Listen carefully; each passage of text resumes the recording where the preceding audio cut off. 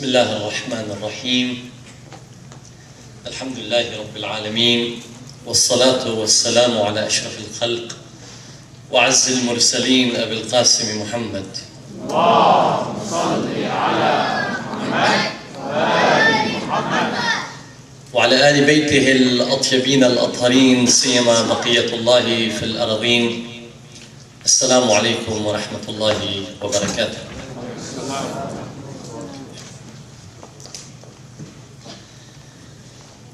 بسم الله الرحمن الرحيم. لم أنس إذ ترك المدينة واردا، لا ماء مدين بل نجيع دمائي. قد كان موسى والمنية إذ دنت، جاءته ماشية على استحياء.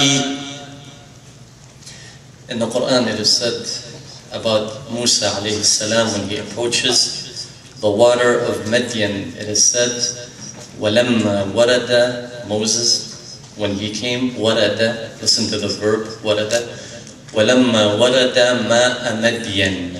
When he arrived at the waters of Madian to water, he helped water the flocks for one of the daughters of Shu'aib. And one of them walks towards Musa alayhi salam to invite him over to her father's house. The Quran says, فَجَاءَتْ إِحْدَاهُمَا تَمْشِي عَلَى اسْتِحْيَاءِ. One of them came walking in bashfulness. The poet here says, I cannot but recall Imam Hussein, لم أنس إذ ترك المدينة واردا لا ماء مدين, not to the water of Madian, بل نجيع دمائي, but to the well of blood. قد كان موسى, he was Moses. The only problem, he was Moses when he was approached by death. جاءته ماشية على استحياء, death came upon him in bashfulness. لم أنس إذ ترك المدينة واردا لا ماء مدين بل نجيع دمائي. قد كان موسى والمنية إذ دنيت، جاءته ماشية على استحياء. وله تجلى الله جل جلاله من طور وادي الطف لا سيناء، فهناك خر وكل عضو قد غدا منه الكليم مكلم الأعضاء. يا أيها النبأ العظيم، إمام علي، يا أيها النبأ العظيم إليك في ابناك مني أعظم الأنباء. ذا قاذف كبدا له قطعا، وذا في كربلاء مقطع الأعضاء. ملقا على وجه الصعيد مجردا في فتية بيض الوجوه والضاء. تلك الوجوه المشرقات كأنها أقمار تسبح في غدير دمائي. Those beautiful faces of the martyrs of Imam Hussein, as if they are crescents diving into a sea of blood. تلك الوجوه المشرقات كأنها الأقمار تسبح في غدير دمائي. رقدوا وما مرت بهم سنة الكرى وغفت جفونهم بلا إغفاء أطفالهم بلغوا الحلوم بقربهم شوقا من الهيجاء إلى الحسناء ومغسلين ولا مياه لهم سوى عبرات ثكلى حرة الأحشاء. The only water that is there are the tears of the women that are crying over them so they can be washed with.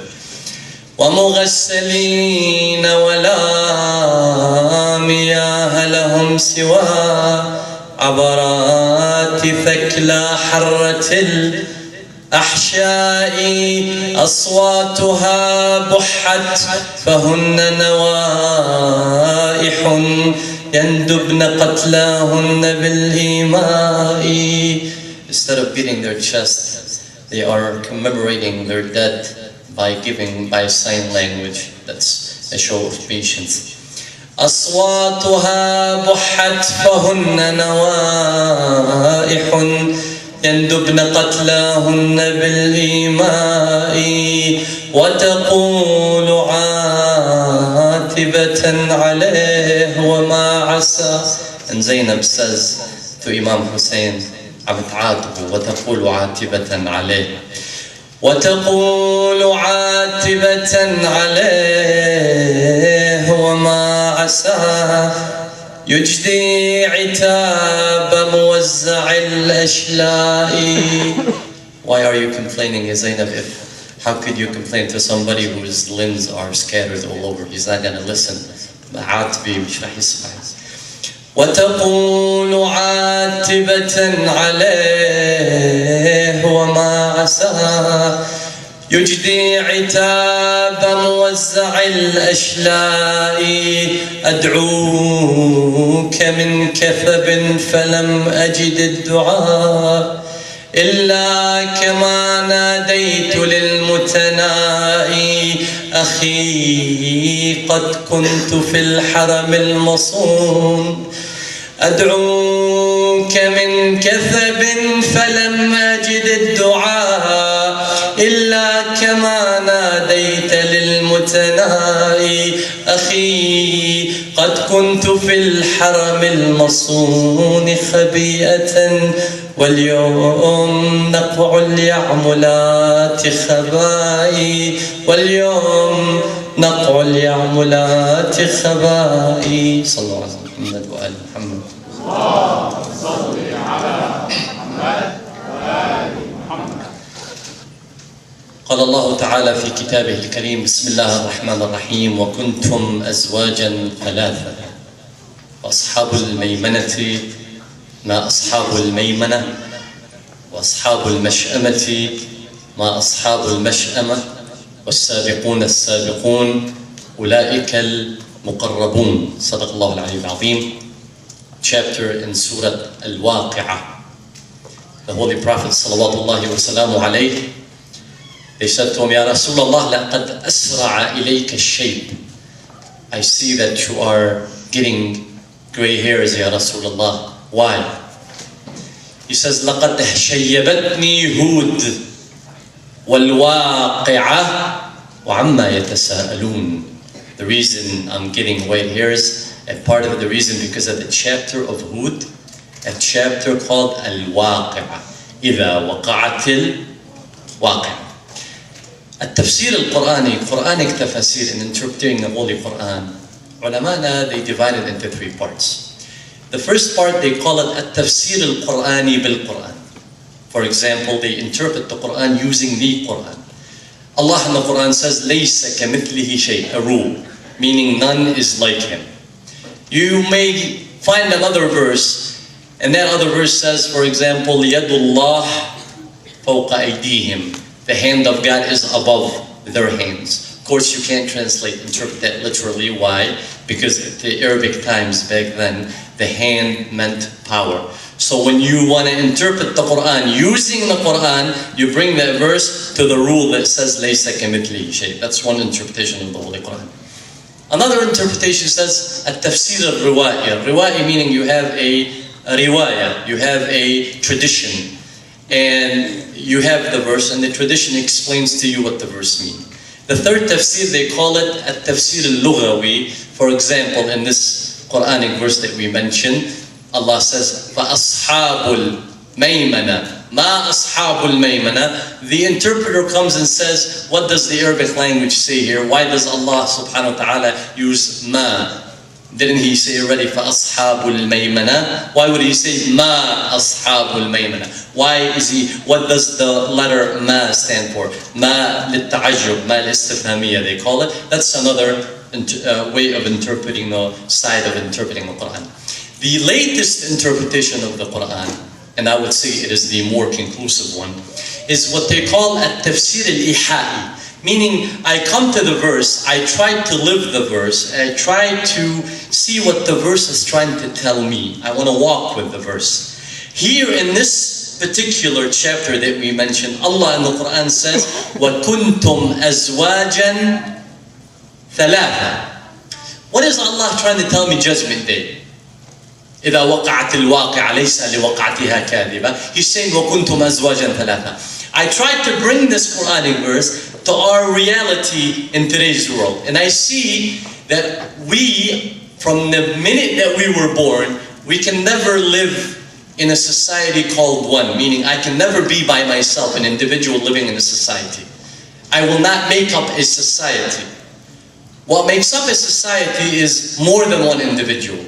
And Allah, as Allah subhanahu wa ta'ala in this particular chapter is telling me from the beginning of life, when you are born, till forever, you are in a social atmosphere, till forever. In your daily lives, you will bring up your own social atmosphere. You divide them into three, ironically, the way the Quranic verse divides it. One you call the rich, the upper class. One you call the middle class. One you call the lower class. This is how you categorize.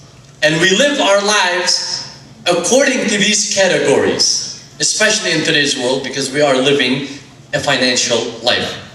Karbala, the land of Karbala, also amongst the people, their perception of Karbala always divided them into three parts. These three parts, you have the individual, the Muslim that carried Karbala to the outside world. And he carried Karbala as a message to the world, the real way this message is supposed to be. This is one. These individuals believed, as they should, that the tear that you shed for Imam Hussein is a means to the end. Meaning it's supposed to, whenever you strike a tear, you're supposed to get somewhere. The second category of Karbala are the people who imprisoned Ahlul Bayt, and that is the majority of us. They have imprisoned Ahlul Bayt in what? In a cell called crying when they died, and in a cell called celebration when they were born. Outside that, they are to go nowhere. They're celebrating the lives of the prophets and the lives of the imams. They're clapping. A couple of days later, they are crying on the lives and commemorating the death of the holy ones. This is the second category, which is the majority of us. They have imprisoned the Ahlul Bayt. Why? Because they believe the tear is what? Not the means, the tear is the end. As long as you come here and you cry, oh, you are secured. Hallelujah, you are healed. As long as you are crying for the sake of who? Imam Hussein. You can bring all the barrels that you want. Place them in front of each and every one of you. Cry your tears out. If you are not exemplified the way Hussein did, I will take it upon myself to say that your tears are useless. I didn't say that. Why? Imam Hussein doesn't want your tear as an end. As long as you achieved the right to cry, no. Hussein wants you to cry emotionally, to do an action. You can cry all you want. If the oppressor is stepping on top of you, you didn't do anything. That's not patience. The worst of them all is number 3 in the society called Karbala, are the ones, neither did they bring the word of Islam, of Karbala, to the world, nor did they try to imprison themselves in this so-called commemoration. They brought Karbala out to the world in the wrong way, which had negative effects on us. Go surf the internet, type in Karbala, Google Karbala, and Shia and whatever. The first site you will see, because the internet is very merciful, mashallah, the first thing you will see people with blood on their faces, with a sword, hitting themselves. These people took Karbala and delivered to the world Karbala in the wrong way, in the haram way, thinking that Imam Hussein alayhi salam is looking at them, bravo, what a job. Indirectly, they told those people who are working, you do the work, we're going to do this. You go out there and do whatever you got to do, Islamicize the world, fight for whatever is right. The people in the trenches of Lebanon, the people in the trenches of Iraq, the people in the trenches of Palestine, you do the physical work, and we're going to do this. Why? Because we love Imam Hussein more than you do. And the problem doesn't start here, doesn't stop here. The problem is they have brainwashed me and they brainwashed you to believe, oh, this is for Hussein. Some people couldn't cope with it, so they found a way out. They said, well, instead of hitting yourself, why don't you donate blood? The only blood Hussein wanted you to donate is that when there's an oppressor on the front lines, donate all the blood that you want. When there is an oppressor. By doing this, you have taken, and bear in mind, this is the majority today. You have taken all the powers of the Shia, and instead of solving our social disaster in some communities, you have employed these powers of yours to create a new disaster for yourself. And the only thing you have to say for yourself is anything for Aba Abdullah al-Hussein. Whatever Hussein wants. How about some manners? How about some etiquette? How about deliverance of the good word? 1400 years after Islam came, everybody should be a Muslim by the smell of Islam, not the smell of your blood. So if you choose to do that, be my guest. Don't do it under the banner of Islam. And don't pretend that you are more religious than the person next to you. Now, my idea is, I can care less if the majority believe this way. No problem. There's one or two that agree with me. I'll take that. Why? Judgment Day we will see. I'm not saying anything. All I'm saying, please, we are begging, get out of this Neanderthal way of doing things. Hussein doesn't deserve it like this. He didn't die on the sand of Karbala for you to do something like that. This society transfer over to Judgment Day. As if Allah subhanahu wa ta'ala is saying, you have a society, social life. Plus, when you come Judgment Day, all the verses in the Quran indicate that you are also living a social life. How? A man turns to his, or a son turns to his father.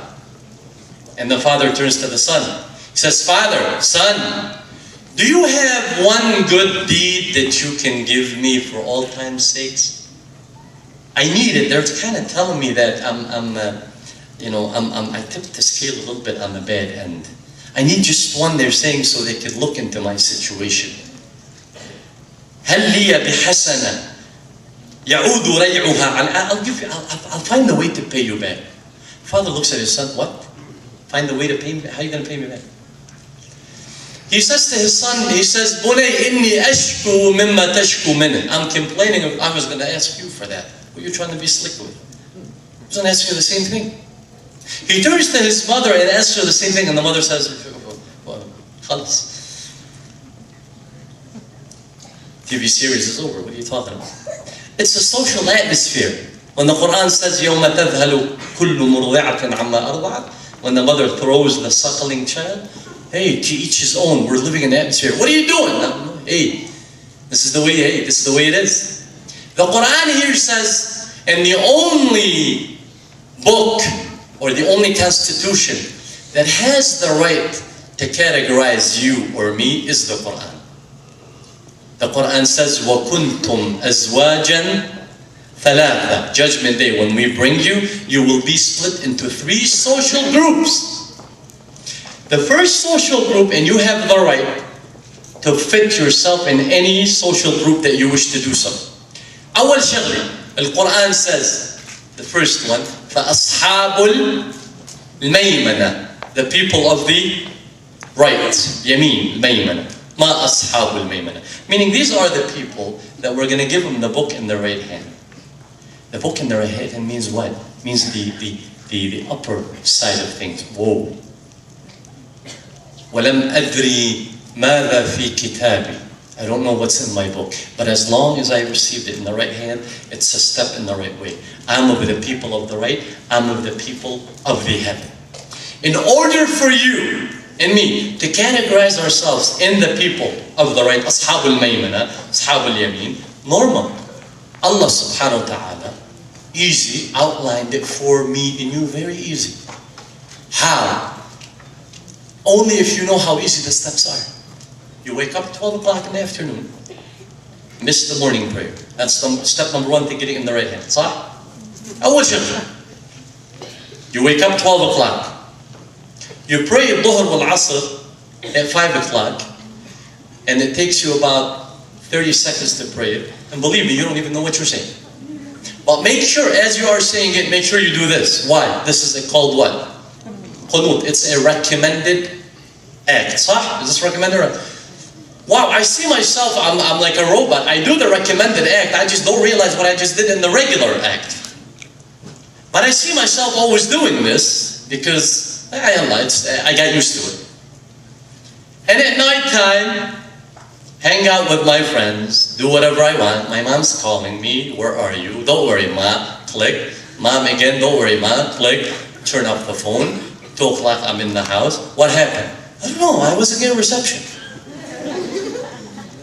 Son, I've been living with you for 20 years. I never got reception through you. This is the example of Ashab al-Yamin. La. Whether you are a parent or a child, there are rules and regulations in order for you to be of the right. For the parent, Allah says all you need to do, take care of them. That's it. How?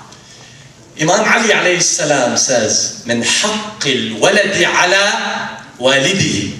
The right of a child over his father, أولا أن يحسن اسمه. That he gives them a good name. شو يعني علي? Give me names, Ali. لا. Why? As if Imam Ali is saying, come on, you know me and you when we name our children. We name them not according to what he likes, according to what I like. According to what I like, what my ear likes. I'm going to call them Adam. على منيح Adam مشي حاله. I'm going to call them this, I'm going to call them that. Imam is saying, hold on, before you look at what you like in your son's name, it may have an effect on the way he lives his life. For example, name him Ruh Allah. What do you think that would do to that child as he grows up? Don't you think he's going to think of his name? Name him Muhammad. Muhammad Ali. Name him Ali. Hussein. See what that does to a child. Right? Name him Muawiyah. I dare you. I dare you. See what that does to a child. Imam Ali is saying, watch out here. Watch out. One of his rights from the get-go, before he even sees this world, before he has a choice to say anything, be nice.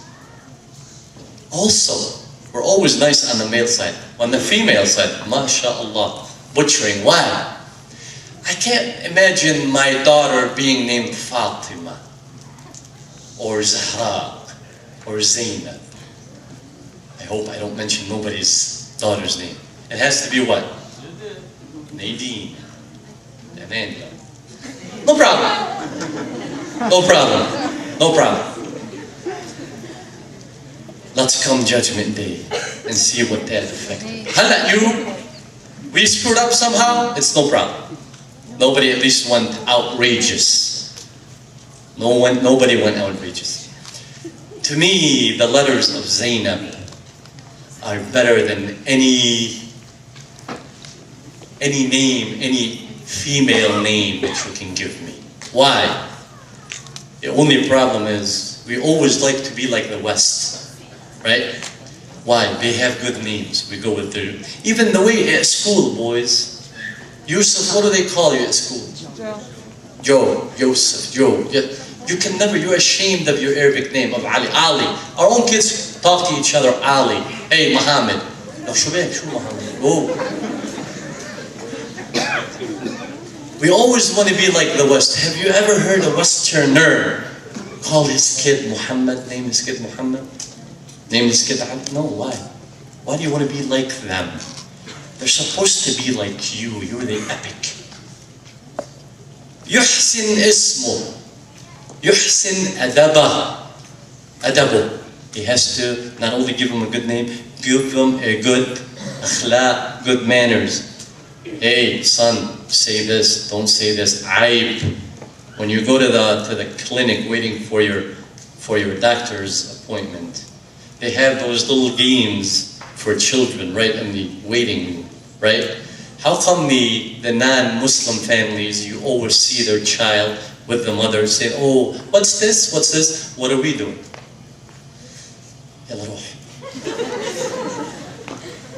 This is how you're raising him, right? And then Allah says, وَيُعَلِّمَهُ الْقُرْآنِ. This is the third one. He must teach him the Quran. How? I don't care how.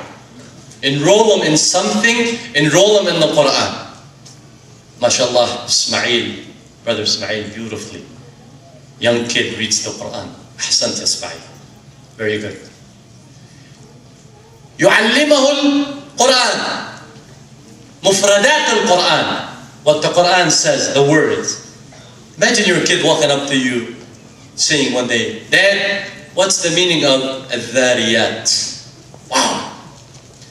After the lecture yesterday, Muhammad Ali walks up to me. Now Muhammad Ali is just the name that I threw. Muhammad Ali walks up to me. Sallam Ali. Bil'ammo, you know me and my dad, we're going to Kalahari in a month. So yeah, what are you going to do? We're going to go swim in Kalahari. I know how to swim. Muhammad Ali is 5 years old. Kalahari. Give it away. Muhammad Ali Kalahari. What's the equivalent of Kalahari in Arabic? What's that word that Ali Baidoun used?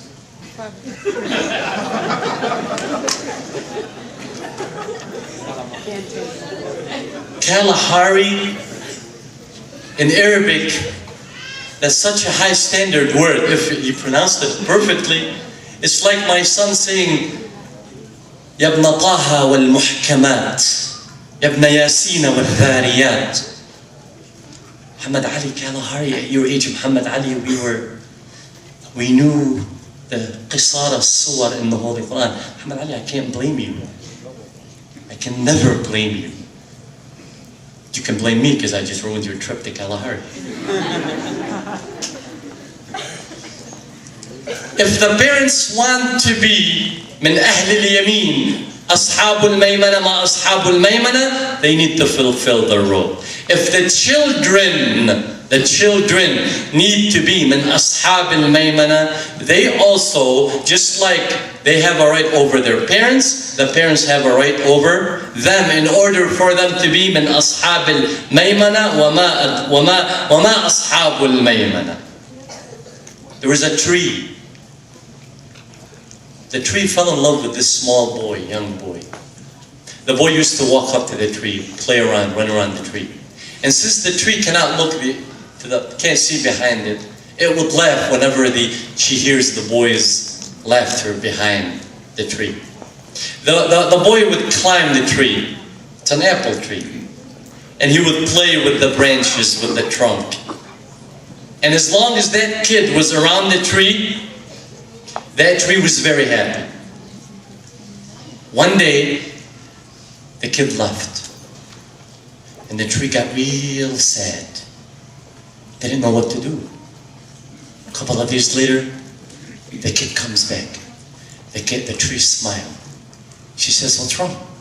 Where were you?" He says, "You know, I grew up, I can't play with you anymore.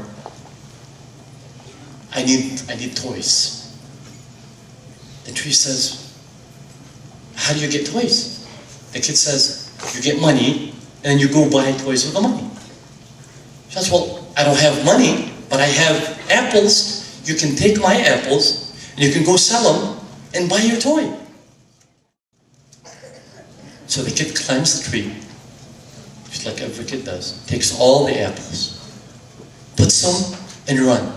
And that tree was so happy that it fulfilled the dream of this boy that this tree ever loved.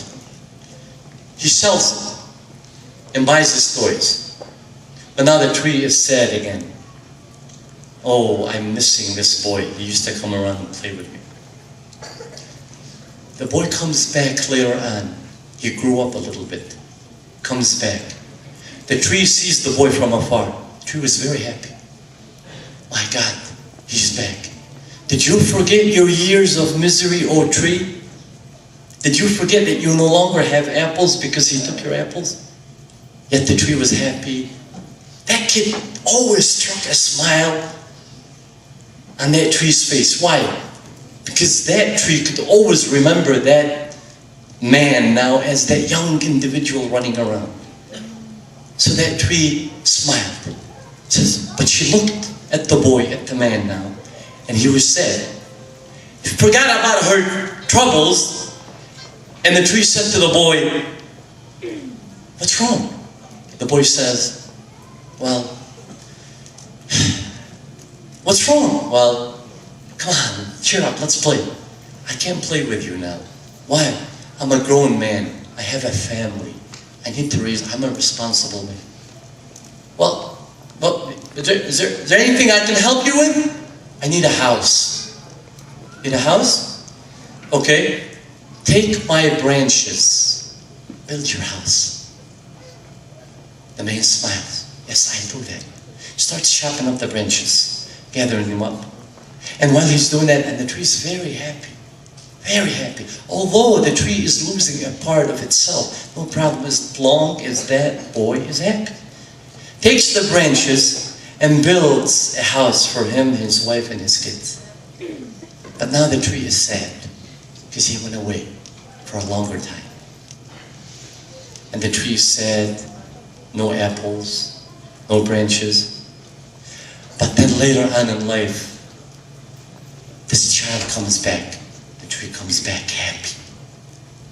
"I've missed you. Where have you been? Did you come to play with me?" "No." "What's wrong?" Forgot all that what happened to the tree. "What's wrong?" "Well, I don't know, but I'm so sick of this life." "Why?" "I don't know. I need to sail somewhere. I need to take a cruise." The tree looks at itself, it sees nothing but a trunk. Everything else is dead. "Can I help you with anything?" "Well, I don't know." "Well, I have an idea. Take the trunk, make a small boat, and sail." The tree said that while having a tear within it. "Yes, I'll do that." Starts chopping now the trunk of the tree. Takes it, makes a boat, and travels. The tree is sad again. Later on, as the tree, in the middle of the winter, standing there with nothing alive, everything is dead, except the stem and barely something left of that trunk. The child appears again, and the life of that tree comes back to it. The child comes as an older man. As soon as that child arrived, the tree said, I don't have any apples to give. He says, no problem. I don't have any more teeth to eat. I don't have any more branches to give you. No problem. I'm almost dead anyways. I don't need a home. I don't have a trunk left in me for you to sail. No problem. I've given up sailing. I've given up on this world. Is there anything I can do for you? I need to relax a little bit. And the tree was happy it could fulfill the request. Sit by me and lay your back next to me. And that man sits and lays his back next to that tree. And that tree was happy. And a tear comes down from that tree onto the old man. That child is you, and the tree is your mother and father. Always there waiting for you. Whatever you screw up, they're always there to give you a part of them. If you want to be of the people of the right hand, you better recognize the goodness, the bounty that Allah gave you by giving you those parents. وَأَصْحَابُ الْمَيْمَنَةِ مَا أَصْحَابُ الْمَيْمَنَةِ وَأَصْحَابُ الْمَشْأَمَةِ مَا أَصْحَابُ الْمَشْأَمَةِ. Those people who will be given the book within their left hand side. Fadal. And then Allah says of a third category, وَالسَّابِقُونَ السَّابِقُونَ. Those who are the foremost in doing things. أُولَٰئِكَ الْمُقَرَّبُونَ. You can take a chance if you want, Judgment Day, and be of the people of the right or the left. But Allah would rather have you as-sabiqun, people of the foremost, always rushing to do the right thing before everybody else. Ali bin Abi Talib salamullahi alayhi was the biggest example of the foremost people on any arena, whether it was giving, whether it was patience, whether it was manners. Ali bin Abi Talib alayhi salam was the leader in that event. He looks over to his daughter days before he was killed. At night, it was during the holy month of Ramadan. And he says, during the midnight hours, he says, Bunayya, what do you have for me to eat? He says, no problem. She brings him yogurt, halib, laban, and a little bit of salt, right? And bread. She puts, he looks at the bread and he looks at the yogurt. He says, you know what? Bunayya Kulthum, it's been a long time since somebody's been really that disrespectful towards me. What did I do?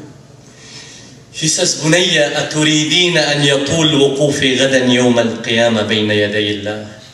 Do you want me Judgment Day when Allah separates me? وَكُنْتُمْ أَزْوَاجًا ثَلَاثًا. You want me to stay long Judgment Day? You're serving me two types of food, yogurt and bread? لا. ما لعلي ونعيم يفنى. Ali, are you trying to send a message that you will only eat one type of food in this? Ali, if you were to come over to our dinner tables, you would have a heart attack. If you only know how much food we throw away after feeding our children, how many kitchens, how many dinner tables, the sandwiches of our children are left there because they eat a bite and they run to the computer, and we end up doing what? We end up throwing it, not knowing we are throwing our lives away within that. This has no punishment? Ali ibn Abi Talib says, no, whoa, this is the way it's going to be. I'm sure the children over there all eat their sandwiches, all of them, right? Right, boys? Absolutely. Right? Imam Ali says, he takes his piece of clothing and he says, لَقَدْ رَقَعْتُ مِنْ دَرِعَتِي حتى استحيت من راقعها. The one that used to patch up my clothing, I used to give him this piece of clothing to patch it up until I became ashamed of the patcher. They told him, he says, Wallah law u'titu al-aqanim as-sab'a. If you were to give me the 7 galaxies, the 7 spheres, you put that in one hand, under one condition, على أن أعصي الله, على أن أعصي الله, that I may disobey Allah. في بعوضة أسلبها جلب شعيرة ما فعلت. If you were to give me the 7 spheres, that I may disobey Allah by taking away the morsel of food from the ant, I will never do that. ما لعلي ونعيم يفنى ولذة لا تبقى. Ali can never be fooled with this world, whatever it offers. Why? Because it has an end. And it can never entertain Ali bin Abi Talib. ما رأيت كالنار نام هاربها. I didn't see anything like the fire. The one who stays away from it is sleeping. ولا رأيت كالجنة نام طالبها. Nor did I see anything like the heaven. He who seeks it is also sleeping. السابقون السابقون are the only ones that could put their head on the pillow and relax, knowing that calling the angel of death anytime to them, no problem. No problem. Ahlul Bayt salamullahi alayhim were a grandest example of the foremost. Imam Hussein alayhi salam in Karbala brings all his people. He says, in order for me to achieve what I need to achieve, I have to be the foremost in everything. They say everybody that came for Imam Hussein wanted to fight. Imam Hussein would try to make an excuse, except his only son Ali al-Akbar. Why? He understood, in order for him to be amongst the foremost people, he must sacrifice what he has first. He must do the action first before he preaches to the people. He must lead by example, as they say. So Ali al-Akbar, salamullahi alayhi, walks up to his father Hussein. You know the story. The story goes what? Hussein tells him what? Go to your mother. What a story they fabricated for us. Hussein says, go to your mother. Why? Ask her. He goes to his mother and says, Mother, I need to go to bed. Okay. Ali al-Akbar goes to bed, right? Imam Hussein is watching his son. His mother, by the name of Layla, is where? In the camp. She's looking. She sees Imam Hussein's face. Whenever it becomes bright, she knows Ali al-Akbar is doing good. Whenever it becomes dull, means Ali al-Akbar is not doing good. She rushes out to her husband.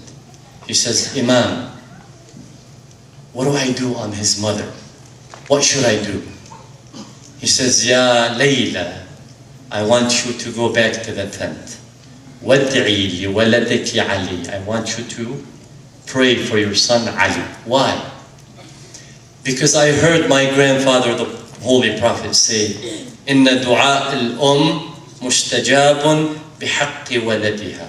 The mother's supplication is always accepted when it comes down to her son. She goes back, and they say she walks into the tent. She takes her scarf off.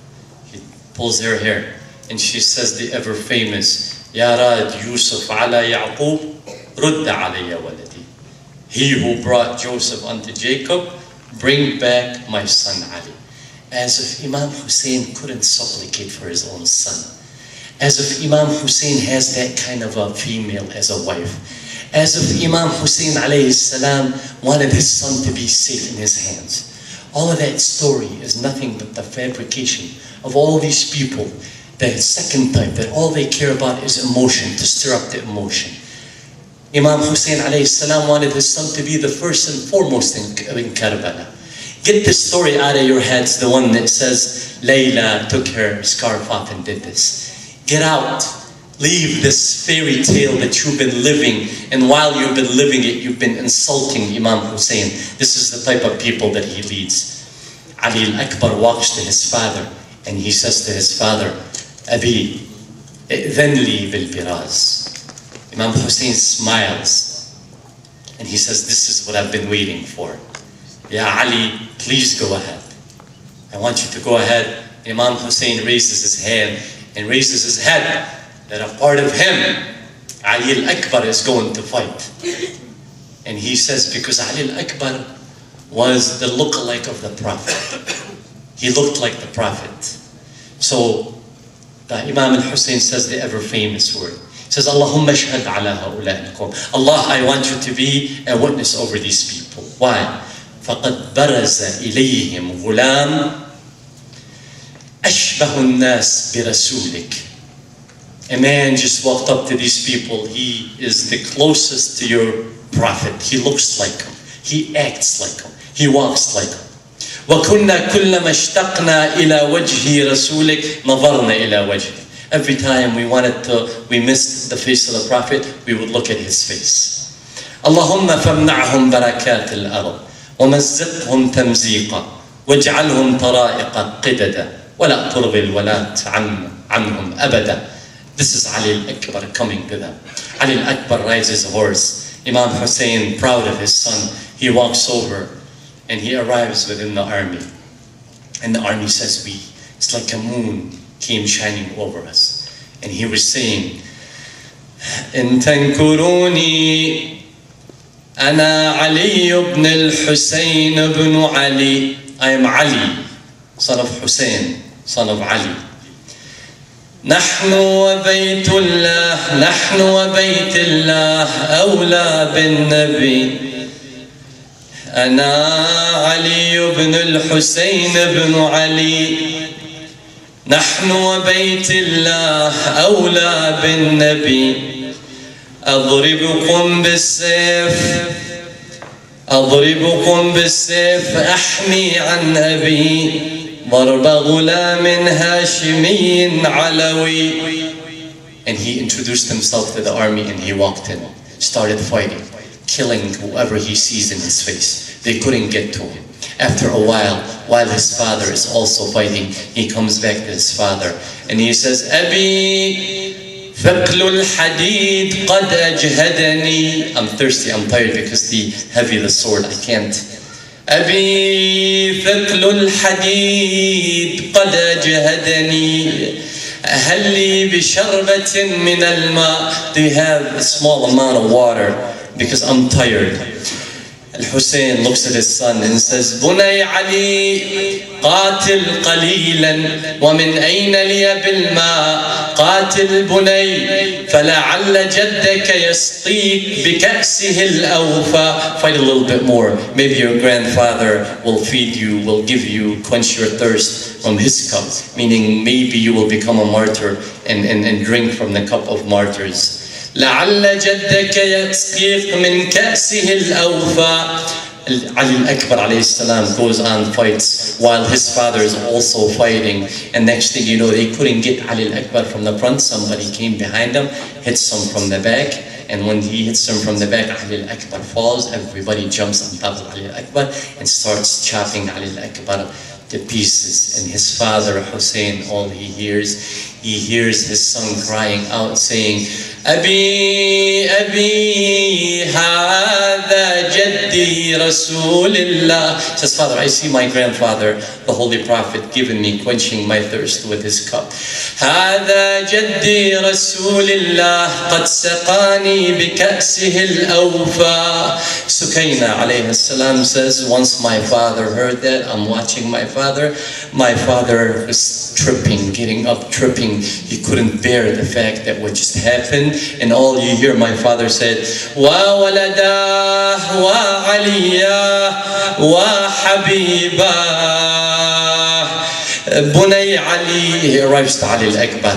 He says, Bunay Ali, answer me Ali, no answer. Bunay Ali, lam yasma' jawabah. He says, Bunay Ali, shakes him, you couldn't hear him. Lam yasma' jawabah. عندها نادى بني علي على الدنيا بعدك العفا. بويا قول واسرع رد الأجواب. بويا قول واسرع رد الأجواب.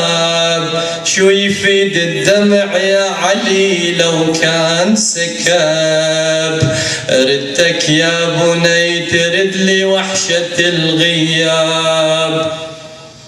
يا الله أمن يجيب المضطر إذا دعاه ويكشف السوء. السلام عليكم ورحمة الله.